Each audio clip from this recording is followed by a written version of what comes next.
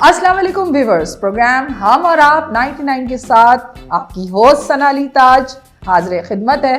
As usual जैसे कि हमारे प्रोग्राम्स चलते हैं और इसमें हम आपको अपने गेस्ट से मिलवाते हैं। और कैसे गेस्ट से मिलवाते हैं आप लोगों को पता है, मोटिवेशनल, यानी ऐसे लोग जिन्होंने खुद अपनी ज़िंदगी में तगदो की हो, मेहनत की हो, खुद से कुछ बने हों। और यही हम आपको बार बार सिखाते हैं कि इनसे कुछ सीखें, अपनी लाइफ को मोटिवेट करें, अपनी लाइफ को बनाएं। और अगर आपके अंदर कोई स्किल है, आपके अंदर फ़नून लतीफ़ा से ताल्लुक़ कोई भी ऐसी चीज़ आपके अंदर मौजूद है तो उसको निकालें बाहर और अपने आप को कुछ ना कुछ बनाएं। Don't waste your time. और इसी को मद्देनज़र रखते हुए आज मैंने अपनी इस प्रोग्राम में एक बहुत अच्छे गेस्ट यहाँ पे इनवाइट किए हैं, बल्कि 2 गेस्ट किए हैं जिनमें बेशुमार टैलेंट है। इतना टैलेंट है, लेकिन इस टैलेंट के साथ साथ खूबसूरती पता क्या है? झुकाव। कहते हैं ना, जिस टहनी में फल लगते हैं उसी में झुकाव आता है। लेकिन आप कुछ बन जाएं तो उसके साथ साथ फिर झुकाव लाजमी है। और यही उनकी खूबसूरती है, काम की और आगे बढ़ने की। और जब मैंने अपनी लाइफ में जब से उनको देखा है तो वो अपने काम में सिर्फ पैशन रखते हैं, अपने काम में मेहनत से काम करते हैं और उनके दिमाग में अपने काम से मोहब्बत है। और इंसान को आगे बढ़ने के लिए ये चीज़ों की बहुत ज़रूरत होती है। और बार बार मैं आपको यही चीज़ रिमाइंड करती हूँ कि एक मोटिवेशन इंसान की ज़िंदगी को बदल के रख देती है। तो इस चीज़ को फॉलो करें, हमारे गेस्ट से अपनी लाइफ को जीना सीखें। तो आइए मिलते हैं आसिफ इलियास से। तो आइए आसिफ इलियास के बारे में थोड़ा जानते हैं कि उनकी पर्सनालिटी में क्या क्या खूबियाँ हैं। बेशुमार खूबियाँ हैं। अगर बताने पे आएँ तो बहुत बड़ी लिस्ट है, लेकिन मैं थोड़ा बहुत आपको बताती चलूँ कि he is a good writer. बहुत अच्छे राइटर हैं, डायरेक्टर हैं और वॉइस ओवर हैं। वो वॉइस ओवर बहुत अच्छी करते हैं। थिएटर में बहुत इन्होंने टाइम अपना दिया, एज़ वेल एज़ रेडियो से वाबस्ता हैं और बहुत कुछ इन्होंने किया, बड़े बड़े प्रोजेक्ट्स भी किए। लेकिन ये सब हम उनसे पूछेंगे। तो आइए मिलते हैं आसिफ इलियास। अस्सलाम वालेकुम आसिफ, कैसे हैं? वालेकुम अस्सलाम, मैं बिल्कुल ठीक ठाक। आप कैसे हैं? बस अल्हम्दुलिल्लाह ठीक। कैसा लगा यहाँ पर आप आए? बहुत अच्छा लगा, ज़बरदस्त, और एक अच्छा एटमॉस्फेयर। और सबसे बड़ी बात कि जब अच्छी शक्लों को देखते हैं तो अच्छा लगता है। और आपने मेरे मुताल्लिक कह दिया कि खूबसूरती मेरी है, तो मैं समझ रहा था मेरी खूबसूरती क्या है, तो वो आपने बता दी। इस इज़्ज़त अफ़ज़ाई का बहुत शुक्रिया। Thank you so much. और इनके साथ यहाँ पे सैयद इबाद, और इनसे हम मिलेंगे। बिल्कुल न्यू फ्रेश टैलेंट है और किसी की पैरोडी करना कोई आसान काम नहीं होता, बहुत मुश्किल काम होता है। लेकिन इनके अंदर अल्लाह ताला ने गॉड गिफ्टेड ये चीज़ दी है और इसको भी हम देखेंगे वो कैसे पैरोडी करेंगे। और इबाद, कैसा लगा आपको यहाँ पे आना? जी बहुत अच्छा लगा, और इतनी इज्जत दी है तो जाहिर है बहुत अच्छा लग रहा है मुझे। माशाल्लाह माशाल्लाह। आवाज़ की बेस बता रही है कि बहुत सारी आवाज़ें अंदर हैं, बहुत शामिल निकलेंगी तो बहुत सारी निकलेंगी, ठीक है ना। और आसिफ, मैं just I want to ask you कि इतना टाइम दिया आपने रेडियो को, थिएटर को, एज़ वेल एज़ डबिंग भी की, फेमस, मतलब जितना मैंने आपका रिकॉर्ड देखा चल रहा, अल्हम्दुलिल्लाह अभी तक चल रहा। और जब भी मैं आपसे पूछती हूँ तो आप मुझे ये कहते हैं कि मैं तो सीख रहा हूँ। हाँ, ये आजिज़ी है आपकी, बिल्कुल। और इससे मैं बहुत इम्प्रेस हूँ। और ये आप मुझे बताएं कि इतना तवील वक्त कैसे स्टार्ट कैसे लिया? स्टार्ट ऐसे लिया कि जब मैं चौथी क्लास में था तो रेडियो जाने का इत्तेफाक हो गया, रेडियो चले गए। तो उस वक्त रेडियो का तूती बोलता था, 90s की बात कर रहा हूँ मैं, 1990, कि जब बड़े बड़े आर्टिस्ट उस वक्त आते थे और बच्चों की दुनिया में एक तवील कतार लगती थी और उस तवील कतार में छांटी होती थी कौन सा बच्चा सही बोल रहा है या नहीं बोल रहा है, किसका तलफ़्फ़ुज़ सही है, किसका मटेरियल सही है। एंड देन फिर उसके बाद तो वो रिजेक्ट और फाइनल सिलेक्शन उसी वक्त होती थी। और सुबह अर्ली मॉर्निंग हमें जाना होता था 8 बजे। मुन्नी बाजी मरहुमा हमारे साथ। और मेरे लिए बहुत बड़े एजाज़ की बात कि जब मैंने बच्चों की दुनिया का आगाज़ किया था उसी वक्त। सॉरी मैं इंटरप्ट कर रही हूँ, ये गुड्डू बंदर की वहाँ की जी की बात कर रहे हैं, वहाँ से पाकिस्तान जी। तो उसी वक्त मैंने ज़फ़र सिद्दीकी साहब का नाम सुन लिया था कि ये इनके साथ एक भाईजान हुआ करते थे और वो उनके साथ बड़े अच्छा तरीके से प्रोग्राम किया करते थे। और मेरी वालदा मरहुमा मुझे बताया करती थी कि तुमने उनको नहीं सुना। और मेरी वालदा मरहुमा को और मुझे, हम दोनों को ये नहीं पता था कि मैं आगे ये सिलसिला उनका अच्छा, लेके she's the चलूंगा lady कि जिन्होंने आपको मोटिवेट किया, आपकी वालिदा मेरी ने? Mother of course the first Okay, one that's good, that's कि मेरी ज़िंदगी में अगर मैं आसिफ इलियास हूँ और मैं एक नाम हूँ जिसका आप इतनी इज्जत दे रही हैं, तो उसका सारा क्रेडिट मेरी वालिदा को जाता है, जिन्होंने मतलब कभी कोई स्कूल में नहीं गई, लेकिन वो मेरी सबसे पहली टीचर थी, मेरी उस्ताद थी, जिन्होंने ये तरबियत की थी कि किस तरह से बोलना है, नशिस्त व बर्खास्त कैसी होनी चाहिए। इवन मेरी सबसे पहली तकरीर जो मैंने चौथी क्लास में की थी और पूरे स्कूल में एक धूम मच गई थी, पीले स्कूल से पढ़ा हुआ बच्चा, तो वो लिख के उन्होंने दी थी, जो एक पैराग्राफ पे मुश्तमिल थी।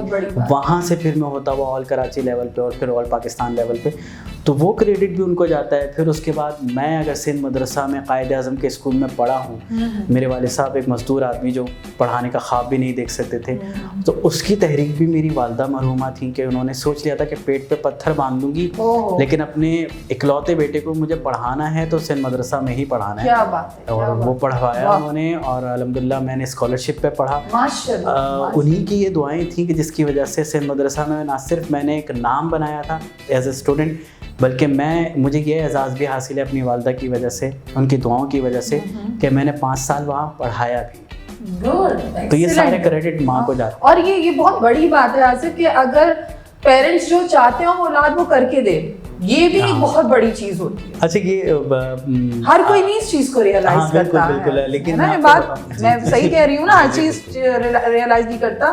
और इट्स मीन कि मैं सही कहती हूँ कि एक अच्छी मोटिवेशन आपकी लाइफ को चेंज कर देती है। अगर कोई आपको अच्छी मोटिवेशन दे रहा हो और वो आपकी वालिदा ने आपको एक रास्ता दिया और आप उसके बाद चले, बड़ी बात है। बिल्कुल। इसकी एक ख़ास वजह ये भी है, जो मैं लोगों को बताता हूँ तो वो हैरान होते हैं कि मैं 5 बहनों का इकलौता भाई था। तो मैंने हमेशा अपनी वालिदा से ये सुना था कि वो जब लोग कहते थे ना, अरे 5 बहनों का इकलौता भाई, अरे हाय हाय, तो अम्मी कहती थी कि अगर एक भी नेक नहीं है ना तो मेरे किसी काम का नहीं है। तो मुझे याद है कि जब नमाज़ पढ़ने की उम्र हुई और मैंने नमाज़ पढ़ना शुरू नहीं की थी, तो अम्मी ने इतनी सख्ती की थी कि मुझे ये गुमान होने लगा था कि मेरी वालिदा जो है ना मेरी सगी माँ नहीं है, मेरी सुतीली माँ, ये इतना जुल्म करती है मुझ पर।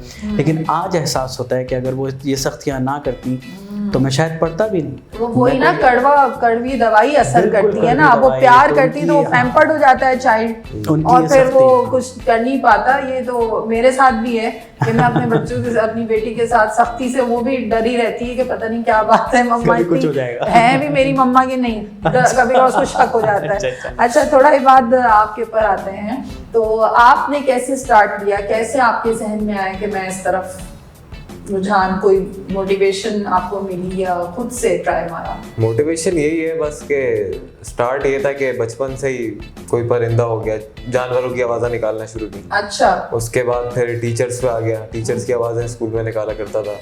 उसके बाद दोस्तों की आवाज़ें निकाल रहा हूँ, रिश्तेदारों की निकाल रहा हूँ। फिर ये हुआ कि मशहूर शख्सियात की आवाज़ें मुझे क्लिक करने लग गई। फिर वो मैंने पैरोडी करना शुरू कर दी, तो यूट्यूब चैनल स्टार्ट कर दिया, एक टीम वर्क भी स्टार्ट कर दिया, फिर थिएटर में आ गया, बस चलता गया, इस तरह चलता गया।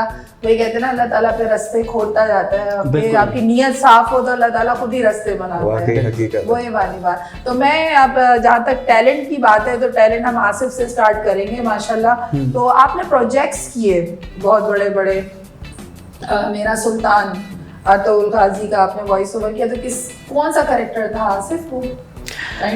देखिए, डबिंग तो मैं बहुत पहले से कर रहा था। स्टार्ट मेरा हुआ था ईरानी कंटेंट से, जब हम लोग हज़रत यूसुफ अलैहिस्सलाम की और दीगर हम लोगों ने की थी। लेकिन जो एक फेम ख़ास तौर से मिला वो मेरा सुल्तान जब जियो कहानी पे नशर हुआ, उसमें हुरम सुल्तान के बाद, हुरम सुल्तान के भी बल्कि पैरेलल कह सकते हैं कि जो बहुत ज़्यादा हिट गया था कैरेक्टर, वो सुंबुल आगा का था, जो ख्वाजा सरा का एक किरदार था। शक हो रहा था कुछ, क्या आवाज़ सुनाई है? अच्छा, तो आप थे उसके पीछे।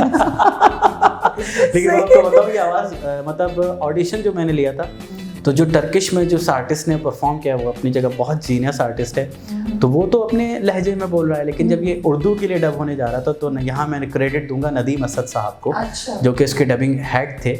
तो जब डबिंग के लिए मैं आया तो वो कहने लगे कि यार ये कौन आर्टिस्ट है। I was a new and fresh like Ibad. तो वो कहने लगे कि सर ये रेडियो से इनका ताल्लुक। कहने लगे नहीं यार, तुम इसकी आवाज़ को सही यूटिलाइज़ नहीं कर रहे। अब आप देखें कि आवाज़ की पहचान कितनी मायने रखती है, कि जिस बंदे को ये सेंस हो। कहने लगा सर क्या मतलब? कहने लगे तुम छोड़ो, आप तुम जाओ चाय पीने। वो जो भी थे डायरेक्टर, नाम लेना मुनासिब नहीं है, तो तो नदीम असद बैठे हैं। अब नदीम असद कुछ लोगों के मुतालिक हम उड़ा देते हैं ना, हवा उड़ जाता है कि ये तो बहुत सख्त हैं और इनसे तो मुँह नहीं लगना और ये तो ऐसे चुटकियों, लेकिन वो बैठे हैं, उन्होंने वो आवाज़ बनाई और उनका एक लफ्ज़ था इस किरदार के लिए कि ये बिकने वाला कैरेक्टर है, ये जब जाएगा ना ऑडियंस के पास, मासिस के पास, तो सब जगह सुम्बो लगा होगा। और आप यकीन करें, औरतें, बच्चे, बूढ़े, न जाने कितने, और बहुत बड़े बड़े आर्टिस्टों ने इनफैक्ट फ़ोन करके ना मुझे कहा था कि आपको नहीं पता सर, हम आपको कितना लाइक करते हैं, आपके कैरेक्टर को हम जो मेरा सुल्तान है वो देखते ही सिर्फ इसकी वजह से। वंडरफुल, रियली मैं खुद इम्प्रेस होती थी उसका कैरेक्टर। और मज़े की बात ये है आसिफ, अगर आप बिल्कुल उस कैरेक्टर में ढल गए, आपकी जो आवाज़ है वो हाँ, ये खूबी होनी चाहिए कि आप मर्ज हो जाएं, हाँ, उस चीज़ में मर्ज हो जाना, समा जाना, तो ये चीज़। और दूसरा अगर ये कहें कि आपकी माशाल्लाह अल्लाह ताला रास्ते खुद खोलता है, उसकी वजह ये है कि ओबीडियंसी आपकी, अपने से सीनियर्स की रिस्पेक्ट बहुत करना, ये चीज़ मैंने आपने देखी आज से। नहीं, और बहुत शुक्रिया इससे ज़्यादा। लेकिन डबिंग के लिए मैं ख़ास तौर से जो हमारे व्यूअर्स हैं जो इस वक्त ये हमारा शो देख रहे हैं और इंटरव्यू देख रहे हैं, तो उनके लिए ख़ास तौर से ये है कि डबिंग जो है ना वो सब्र आज़मा काम है। अगर आपके अंदर सब्र नहीं है, पेशेंस नहीं है, तो आप नहीं कर सकते। तो मैं जब लोगों को ये बताता हूँ और मैं बड़ा मतलब इसको खुल के बताता हूँ कि मैं एक बार नहीं 3 बार ऑडिशन में फ़ेल हुआ था डबिंग के। तब कहीं जाके डबिंग का सेंस समझ में आया था। अब अगर या तो मेरे अंदर एक हवा होता कि यार मैं तो बड़ा नाम हूँ रेडियो का, या मैंने तो बहुत किया हुआ, तो मेरे लिए ठीक है, लेकिन मैंने कहा नहीं, जिस चीज़ में मैं फ़ेल हो गया हूँ उसमें मुझे कामयाब होकर दिखाना है। किसी वजह से मैं आया हूँ डबिंग में। चूँकि मुझे लेके गया था मेरा बहुत ही जूनियर एहसामुल हक, जो कि अर्तुगरुल गाजी की मेन वॉइस है अब माशाल्लाह से, तो वो ज़बरदस्ती लेके गया था। तो उसके लिए भी एक अजीब सी बात थी कि यार आसिफ भाई आप नहीं कर पा रहे, और मेरे लिए भी थी कि यार मेरे जूनियर के आगे मैं फ़ेल हो गया, तो मुझे कुछ करके दिखाना है। तो अल्लाह ताला ने फिर वो सुम्बुल आगा करके दिखाया। तो काइंडली आप ज़रा कुछ बताएंगे? हाँ, सुम्बुल आगा का जो किरदार है वो ज़ाहिर है ख्वाजा सरा का, वो जनान खाने में जा रहा है, वो चालबाज भी है, साजिशी भी है, फिर वो हुरम सुल्तान की भी जो है ना उसको बहुत ज़्यादा बटरिंग करनी होती थी, साथ में वो सुल्तान से भी डर कर रहता था, और मलका सुल्तान उनका भी उसको बहुत रहता था। तो उसका एक है लाइक आप मलका हैं और ये हमारे जो हैं बादशाह हैं। तो मलिका मैं आपको ये बताना चाहता हूँ कि मैं दरअसल रास्ते में आ रहा था तो मुझे जनान खाने में एक साहब नजर आए, लेकिन उन्होंने मुझसे कहा कि 99 में आसिफ इलियास आ रहा है। अल्लाह, मैं आपको बता नहीं सकता कि मेरी शर्म के बारे और सबसे ज़्यादा हसद के बारे मेरा क्या हाल हुआ, ये मैं बता नहीं सकता। Excellent, wonderful. तो ये थी चीज़। और आप यकीन करें कि उस ज़माने में ऐसा होता था कि मैं रास्ते में जा रहा हूँ, अचानक कॉल आ जाया करती थी, अस्सलाम वालेकुम आसिफ भाई कैसे हैं आप। मैं इस वक्त अपनी सास के साथ बैठा हुआ हूँ और मेरी सास जो है ना ये सुम्बुल आगा की बड़ी फ़ैन है, आप इनको आवाज़ सुना दें। तो ये रास्ते में फिर उन लोगों को सुनानी पड़ी आवाज़। तो ये अल्लाह ताला ने बड़ी इज्जत दी थी। बाकी टैलेंट है ये। और अर्तुगरुल में आपने कैसे किया? अर्तुगरुल जो है वो पीटीवी से चलने वाला प्रोजेक्ट है और ज़ाहिर है इसकी सरकारी सरपरस्ती दोनों तरफ से के तुर्क गवर्नमेंट भी और पाकिस्तानी गवर्नमेंट भी। इसमें जब सीज़न 1 स्टार्ट हो रहा था तो सीज़न 1 में जो इसके डबिंग हेड प्रोजेक्ट हैं खुरम जमशेद, तो माशाल्लाह वो बड़े आर्टिस्टों की कदर करते हैं और फिर उनके साथ उनके पैरेलल लेके चलते हैं एसोसिएट कामरान। उनका यार आसिफ भाई हमने सारे जो मेन कैरेक्टर थे ना, क्योंकि आपकी आवाज़ बेसी नहीं है और ये मुझे भी पता है, लेकिन हमने आपको इस्तेमाल ज़रूर करना है। सीज़न 1 में जो है हीरोइन का बाप नहीं बल्कि भाई है, क्योंकि आप बच्चों की आवाज़ अच्छी तरीके से निकाल देना, ठीक है। फिर कहने लगे यार हम चाह रहे हैं हम आपकी आवाज़ को मज़ीद इस्तेमाल करें, आप ऐसा करें कि एक ऐसा डेमो इसके फादर की आवाज़ सीज़न 1 की बात हो वो कर ली। अच्छा, इसमें बाकायदा ये नहीं होता कि सिर्फ केजे टीम का जो है वो अप्रूवल हो गया और हमने बल्ले बल्ले हमारी, बल्कि बाकायदा इस्लामाबाद पीटीवी हेडक्वार्टर अप्रूव करता है वॉइस एंड देन फिर उसके बाद हम फाइनल अपनी डबिंग पे आते हैं। तो ऑनर की बात। तो वो हाँ, तो वो अप्रूव हुई, मेरी दोनों वॉइसेस अप्रूव हो गई। लेकिन उसके बाद अच्छा मैं तो बहुत सेटिस्फाई था कि यार बड़ी बात है कि आप गवर्नमेंट का जो जिसमें इन्वॉल्व है आप उस प्रोजेक्ट का हिस्सा हैं और सरकारी टीवी में आपकी आवाज़ जा रही है और बहुत अल्लाह ताला ने बड़ी इज्जत दी थी। लेकिन उसके बावजूद भी केजेएन टीम को था कि नहीं यार आसिफ भाई आपकी आवाज़ को ना हमने एक बड़े अच्छे किरदार में इस्तेमाल करना है और वो आ जाए बस। तो वो एक तरह से आपको बहुत बड़ा ऑनर है कि आप इस्लामाबाद से ये प्रूफ जी बिल्कुल। वॉइस ओवर आपको मिला है सर्टिफिकेट उसका? सर्टिफिकेट अभी नहीं मिला है, लेकिन ये इंशाल्लाह होगा जब सीज़न सारे कंप्लीट हो जाएंगे। मैं बात ये कर रहा था कि वो अल्लाह ताला ने जो इज़्ज़त अफजाई दी कि उनके टीम के जहन और दिमाग में ये था कि हमने आपकी आवाज़ को ना बड़े किरदार में लेना है, क्योंकि जो उसका भाई था हलीमा का वो भी चंद सीज़न के लिए था और बाप तो शुरू के सीज़न में उसकी डेथ हो जाती है। क्योंकि यार एक बड़ा सा किरदार होगा और हम लेंगे, तो वो पता चला जनाब अल्लाह ताला ने सादतीन कुपैक जो बहुत मशहूर किरदार है, वो मतलब हिस्ट्री जो है टर्किश की, तो उसमें वो बड़ा एक यजीद टाइप माना जाता है, उसको बहुत नेगेटिवली लिया जाता है और उसको बहुत नफ़रत की निगाह से देखा जाता है। इनफैक्ट जब वो किरदार वहाँ पे ऑन एयर हो रहा था तो लोग उस पर बड़ी लान तान करते थे और वो आर्टिस्ट कह रहा था भाई मैं तो आर्टिस्ट हूँ, आप लोग मुझसे क्यों इतनी नफरत करते हैं? मतलब ये वैसे आसिफ ये बड़ा मुश्किल है कि आपने पहले जो है वो एक कॉमेडी एक वॉइस वो करके वो किरदार तो बहुत ही सख्त किरदार है, बहुत सख्त एकदम हार्ड कर लेना वॉइस को जी। तो यही टैलेंट है ना जो माशाल्लाह आप कर लेते हो, ये चीज़ बहुत मुश्किल है। जब नादिया के शो में हम गए थे मॉर्निंग शो में तो तब ज़्यादा लोगों को पता चला, वरना मैंने इतना ज़्यादा बताया भी नहीं था। तो कहने लगे यार आसिफ भाई आपने वो किरदार किया, हमें तो आपसे नफरत हो गई। तो ये भी एक सताइश थी उनकी। अच्छा आसिफ, आपने जो ये सादतीन कुपैक का एक वॉइस ओवर जो किया तो काइंडली उसका थोड़ा बहुत हमें बताएंगे? कोई अभी डायलॉग्स कुछ अगर आपको याद हो या सुनाना चाहेंगे ज़रा? हाँ, उसका ये है कि वो मतलब वो किरदार भी काफ़ी वेरिएशन वाला है। मतलब वो एक जगह शायर भी है, वो उसको असलहान से मोहब्बत भी हो जाती है, फिर वो असलहान उसको ठुकरा देती है तो वो नाकाम आशिक भी है, फिर सबसे ज़्यादा मेनली अर्तुगरुल का वो दुश्मन है, और फिर उसके बाद वो दीगर लोगों के लिए भी साजिशी मतलब जाल बिछा रहा है अपने। तो उसकी जो अक्सर ना मतलब मुझे एक लहजे में काफ़ी टोन बिठानी पड़ती थी। यहाँ मैं क्रेडिट दूंगा डेफिनेटली और मुझे देना भी चाहिए KJ इन टीम में खुरम जमशेद और कामरान नकवी, क्योंकि अक्सर मैं टोन बंदा बशा रहे हैं, ठीक है। तो वो ये होता था कि मतलब लाइव तो नहीं जा रहा, लेकिन ये है कि उसमें वो जब रिकॉर्ड कर रहे होते तो कहते थे यार आसिफ भाई आप अपनी टोन से निकल गए, तो वो टोन निकाल कर समझना। हाँ, तो उसका किरदार ये है कि मैं आप लोगों को बताना चाहता हूं कि अगर मैंने ये फैसला कर लिया है कि अर्तुगरुल को मैं शिकस्त दूंगा तो लाज़िमन मैं शिकस्त दूंगा, लेकिन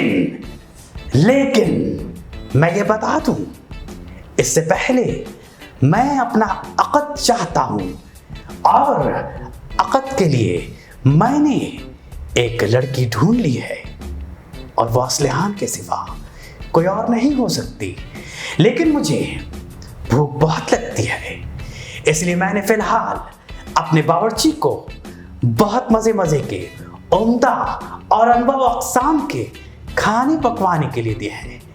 इंशाअल्लाह वो वक्त भी आएगा जब होगा मेरा दस्तरखान और साथ में होगी असलहान। लेकिन इससे पहले मेरा खास निशाना अर्तुगरुल है। लानत हो तुम पे अर्तुगरुल। एक्सीलेंट, जबरदस्त, मामले साथ बहुत फुल ऑफ टैलेंट और माशाल्लाह कमाल है ये तो। वेरिएशन लेकर चलना, उसको पिच को हाई करना, लो करना, एक्सप्रेशन आप तो बिल्कुल ही उसमें डूब गए उसके एक्सप्रेशंस के अंदर। यही तो खूबी होती है। अल्लाह ताला ने आपको इस खूबी से नवाजा हुआ है, इन चीज़ों से गॉड गिफ्टेड चीज़ें होती हैं, बहुत बड़ी बात है। हमें अल्लाह ताला का शुक्र अदा करना चाहिए कि हमारे पाकिस्तान में इतने बड़े बड़े टैलेंट यहाँ पे मौजूद हैं। ये कोई आसान काम नहीं है, बल्कि और मुल्कों में तो इन चीज़ों की एकेडमीज होती हैं और वहाँ सिखाया जाता है। और अगर हम देखें आसिफ इलियास को, या जैसे हमारे साथ सैयद बात बैठे, हम इनकी तरफ भी हम आएंगे इंशाल्लाह, तो ये लोग खुद अपने आप टैलेंट पे आगे बढ़े। तो ये मुश्किल काम है ना, इन्होंने क्लासेस ली है ना किसी सीखा है, लेकिन अपने टैलेंट बेसिस पे ये लोग आगे आए हैं। I appreciate you both of you. Asif, a great person you are, really मैं आपको सलाम कर रही हूँ, सल्यूट कर रही हूँ। कोई छोटी बात नहीं, because being an artist I understand कि ये क्या चीज़ होती है। अच्छा, एक बस सवाल मैं बाद में करूँगी। अच्छा, ये बात मुझे आपसे पूछना है कि कुछ हमें बताएं क्या क्या आप पैरोडीज किसकी बेस्ट कर लेते हैं, और मुझे जो मेरे अंदर जो एक आवाज़ बैठी हुई है वो एक इमरान खान की है, Good. और उसके अलावा बॉलीवुड में अगर हम देखें तो अमिताभ बच्चन की, गुड। जो कि मैं अक्सर मजाक में भी किसी से बात करनी है मुझे छेड़ता हूँ तो मैं कर लेता हूँ। अच्छा अच्छा जी, तो थोड़ा करके दिखाया मैं। चले मैं आपको करके दिखाता हूँ। अमिताभ बच्चन से हम स्टार्ट ले लेते हैं। मेरे सामने आसिफ भाई हैं, ये हमारे टीचर हैं, हम इनको अपने साथी नहीं मानते हैं, हम इनको अपना टीचर मानते हैं, ये हमारे उस्ताद हैं। अगर इसके अलावा देखें इमरान खान, सबसे पहले आपने घबराना लिया, कोविड की चौथी लहर आ गई है, आप घर के अंदर बैठे, आराम से बैठे, चिल करें, मूवीज देखें, बाहर न जाए। मैं अपने लिस्ट जो है मैं उस हिसाब से करूँ। मैं सुनील शेट्टी की अगर तरफ देखूँ तो ये धरती मेरी माँ है, लोग मुझे बोल जाए और नहीं सकता, मैं किसी को बोल जाऊँ मैं और नहीं दूंगा। नाना पाटेकर करता जाऊँ। जी जी। अच्छा है, बहुत अच्छा है, मेरी यादों में तुम, मेरी बातों में तुम हो, तुम ही औरंगी, तुम ही करेंगी, तुम ही मेरा गोलीबार हो। अच्छा है, ये डायलॉग्स मैंने अपनी तरफ से किए हुए अगर और उसके अलावा पॉलिटिशियन सारे कह सकते हैं। हाँ बिल्कुल, उनके ज़्यादा। बिलावल पे अगर मैं आ जाऊँ, मेरे जियालो पापा के प्यारे प्यारे से कारकुनों, मुझे पता है कि कोविड की चौथी लहर आ चुकी है और आप लोग घर में नहीं बैठ रहे हैं, घर में बैठिए। उसके अलावा अगर हम देखें तो शेख रशीद। देखिए जी, वट जानी दे जैसी आप फैसलाबाद से बाटी मुर्ग से उड़प होके जाते हैं, उधर आती है शेख रशीद की लाल वेली, उधर सारा शेख रशीद का किंगडम है जी। आप शेख रशीद की शादी करवाना चाहते हैं, शेख रशीद की शादी हो चुकी है और रेलवे स्टेशन के साथ जी। उसके अलावा हैं बहुत सारे लोग हैं माशाल्लाह। इतना भी आपने किया, एक्सीलेंट, वंडरफुल। और अल्लाह ताला न्यू जनरेशन में है माशाल्लाह, अल्लाह ताला आपको और तरक्की दे। बहुत अच्छा लगा आपसे बात करके।